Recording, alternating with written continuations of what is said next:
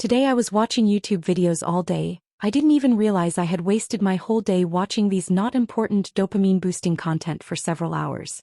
I closed YouTube and thought now I should get some work done, and I started to work on one of my tasks, but I didn't have any motivation or will to do so. Only yesterday and days before that I was doing everything properly. Cooking, cleaning, studying, etc.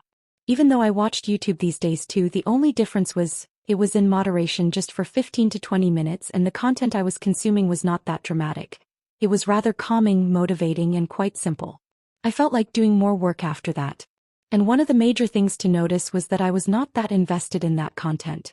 I was excited about my work and was planning to learn so many new things. But today was such a waste of time. I felt angry at myself and had no will to do any of my work. I felt numb.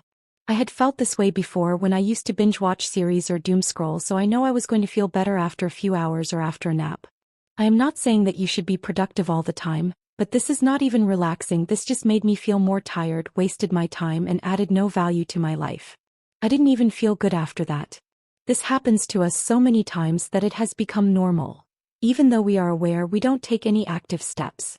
So I felt like we need to change this because no one else is going to do this for us, and at the end it is hurting our future.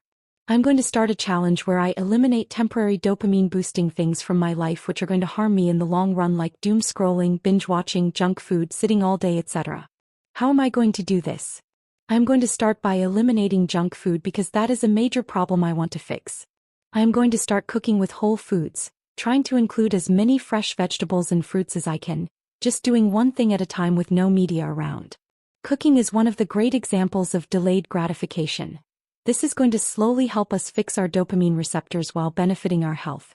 Other things I will be doing are trying to watch no media while eating, start walking, no scrolling for more than 10 minutes, trying to use social media only for work, cleaning whenever I get time. If your environment is organized, it is going to help you function well. Learning an online course in my field for hours of the day strictly dedicated to deep work. Being in touch with people who are doing things which I want to inculcate. Start reading again.